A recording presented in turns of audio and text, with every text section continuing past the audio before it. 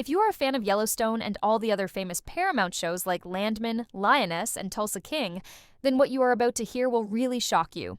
Yes, it's true, Taylor Sheridan, the man who created all these amazing shows, is leaving Paramount and joining NBC Universal. But what made him take this big step? Why would he leave the company that helped him become one of the biggest names in Hollywood? And what will happen to all his shows after he goes? We found out what really happened between Taylor Sheridan and the Paramount bosses. And trust me, the story is full of drama, so make sure to stay till the end to know the full truth. It all started when Paramount went through a big change. Skydance Media officially merged with Paramount Global earlier this year, and that changed everything inside the company. After the merger, Skydance's boss David Ellison took control of the new studio. He brought in his main team, Jeff Shell, Dana Goldberg, and Josh Greenstein, and they all decided to visit Taylor Sheridan at his big ranch in Texas. This was not just a friendly visit. They wanted to make sure Sheridan still felt important and supported under the new management. They wanted to convince him that Paramount still valued him. At first, it looked like the meeting went well. Everyone smiled, shared drinks, and talked about the future. But deep down, Sheridan had already made his decision. Even before this meeting, he had been unhappy with how things were going at Paramount. What looked like a normal, friendly chat was actually the start of his goodbye. A few months later, the big news came out. Taylor Sheridan was leaving Paramount and had signed a huge deal with NBC Universal. The deal is massive. It's said to be worth around $1 billion. It includes an 8-year movie deal that starts in 2026 and a 5-year TV deal that begins in 2029, after his current Paramount contract ends in 2028. His close partner David Glasser, who works with him through 101 Studios, is also moving to NBC Universal. You might have one big question. How did Paramount let this happen? To understand why Sheridan left, we have to look at what was going on behind the scenes. For months, even before the merger, Sheridan had been upset with Paramount. He had written a new movie called Capture the Flag and wanted Paramount Pictures to produce it. But the studio said no. That rejection really hurt him, because after giving Paramount so many successful shows, he expected them to trust his movie ideas too. Then another issue came up.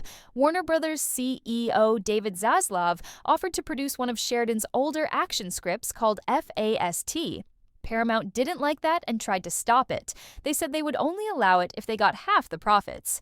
Warner refused, and the project got delayed for months. Sheridan was angry that his own studio was blocking him from making movies elsewhere.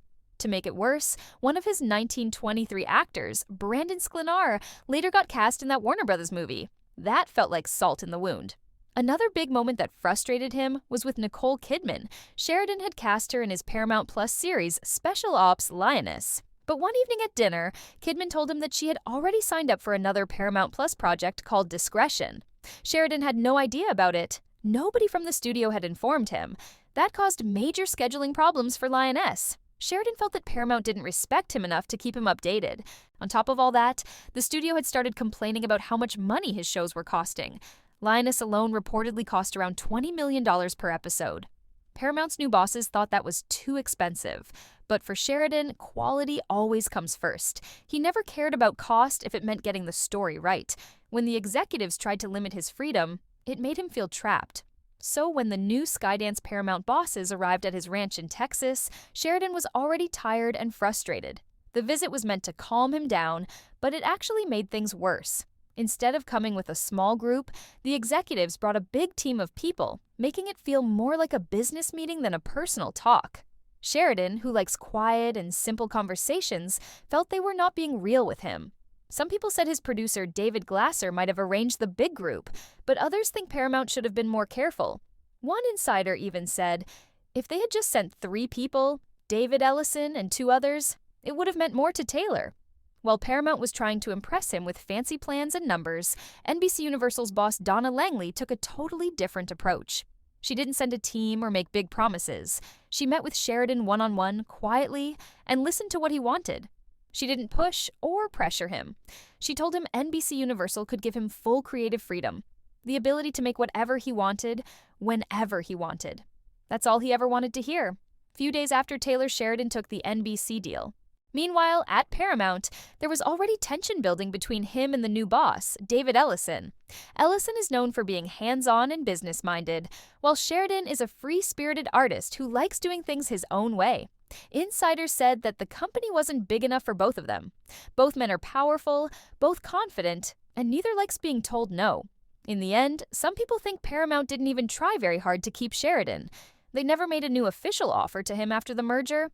Maybe they thought he was too expensive. Maybe they thought they could continue without him.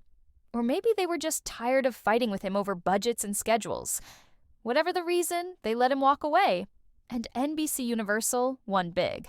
Now let's talk about what happens next. Sheridan's current deal with Paramount doesn't end until 2028, so for now, all his ongoing shows will continue as planned.